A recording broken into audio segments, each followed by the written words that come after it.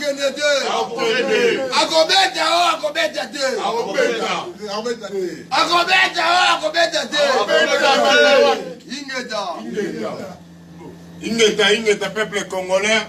Lelo to senga une marche à la carte à Liège. To senga une marche na suka na wekomi sitting. Population bon na ce moment congolais population étrangère. Population étrangère te bauti ba mboka na bauti na carte à Belgique. La ministre va présenter pour la mboka la biso République démocratique du Congo, mboka la biso les Zaïre. Va se présenter pour la Kenon la ministre yo. Pas sûr les les mboka la biso. Pas sûr yo ba viole les les mboka la biso. La ministre yo to changer déjà masolo wana. To bomai déjà qui seke di tokundi. La ministre yo sa masolo mususu. To présenter bino Kenon. Zoba wana.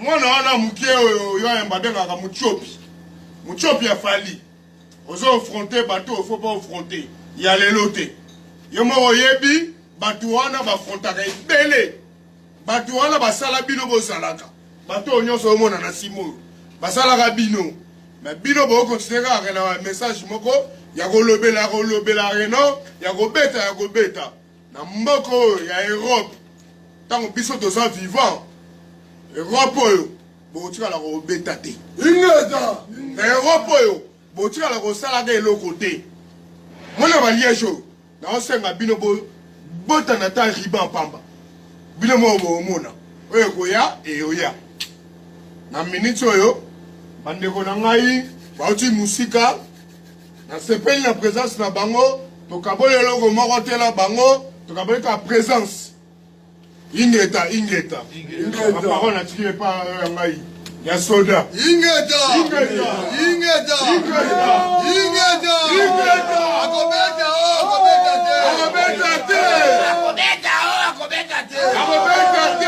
Fali Bouba. Yo Betio Fali Bouba. Yo logo une tentative de détournement d'attention au peuple congolais. Malgré ma viole de Galabeni, na Butembo, na Ituri yo do mona yangote. Nous avons interpellé ma parti politique Nyonso. Par contre, nous avons ma falaise à la photo. Nous avons pris le bain de la paix. Docteur Mukwege. Ce qui nous avons fait sa famille, on a passé que nous, on va se prendre en charge. Ah, vous avez diaspora. Dans la photo, nous sommes au stade, et ça, c'est quand un petit individu, Fali Pouba, à la condition à Bisso. Il y a une sensibilité communauté congolaise, Mobimba. Le 28 février, Biso Tokozana à Paris, Tokozana marche autorisée par l'État français. Tokozana a château rouge sur la place République. Après de Zénith sous sitting, Nakati à Zénith, de 18h à l'aube. Bango va Kozana la Kati à salle, Biso Tokozana conseil na Biso Ibanda. Tobeki opération Farata. Opération Farata Sinité. Bandeko ya Londres va Kosono qui vient à Mamba Farata pour la Chilombo. Biso Pena Zénith. Le 28 sur une Bercy, tout le qui peut Fali, Congolais Nyonso, il y a la capacité à mobiliser ça qui a Farat, il y a 10, à Yango. À partir il y a le 20, Farat Nyonso Yoko Faraté, Bomba Yango, tout le système à Maki. Maki est un peu bien Maki, comme il y a un Maki et le Morango. To Bamio Farata. Tant que Yoko a concert na Momina, il y a un décollage, to Bambayo, Farata. Farata. Opération Farata. Donc Fali pour bailler avec opération Farata et bandit. Ingeta. Merci beaucoup. Ingeta.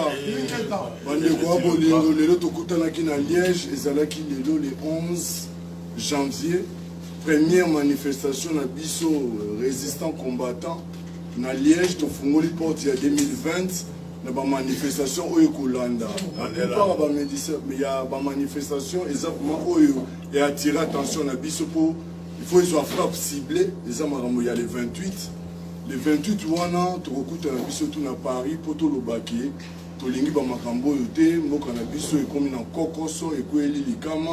Nous n'avons pas besoin de nous distraire. Donc, tout ce qui est merci, Mingi Bandeko, Bayamba qui sont à Liège.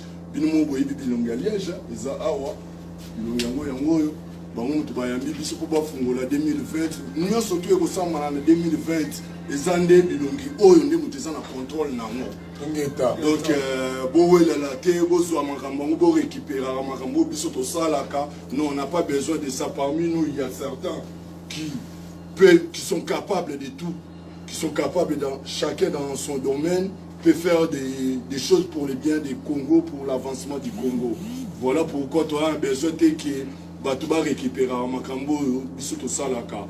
Nous avons besoin de la qualité et non la quantité. Ce moment ni Bisoto Zaboye, pour Kangane Bilongi, Angopo, na Bilongo eza awa sur aussi décision na Makambo Congo, ça pour consulter Bango Yebake, aux encore Koso. Yango wana vraiment na pesi merci mingi na baye bayambi biso na Liège awa maman na biso Fatou à servir biso à s'occuper na biso parce que c'était une façon d'elle de nous remercier par rapport au combat que nous faisons. Donc vraiment la suite des événements boye biango tout ça va marche kili tout ça là toujours ensemble peto kolonga dans la confiance et la Ingeta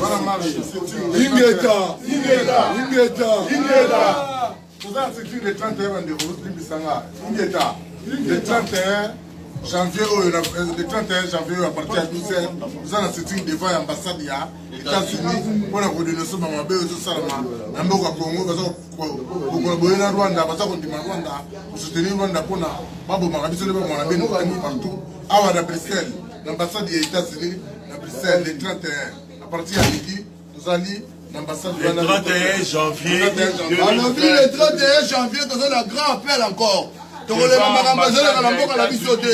l'ambassade des États-Unis, donc la tout manifestation est autorisée. Et on va passer à Fali na Kanda. Ingeta. Opération. Ingeta Kata Petit.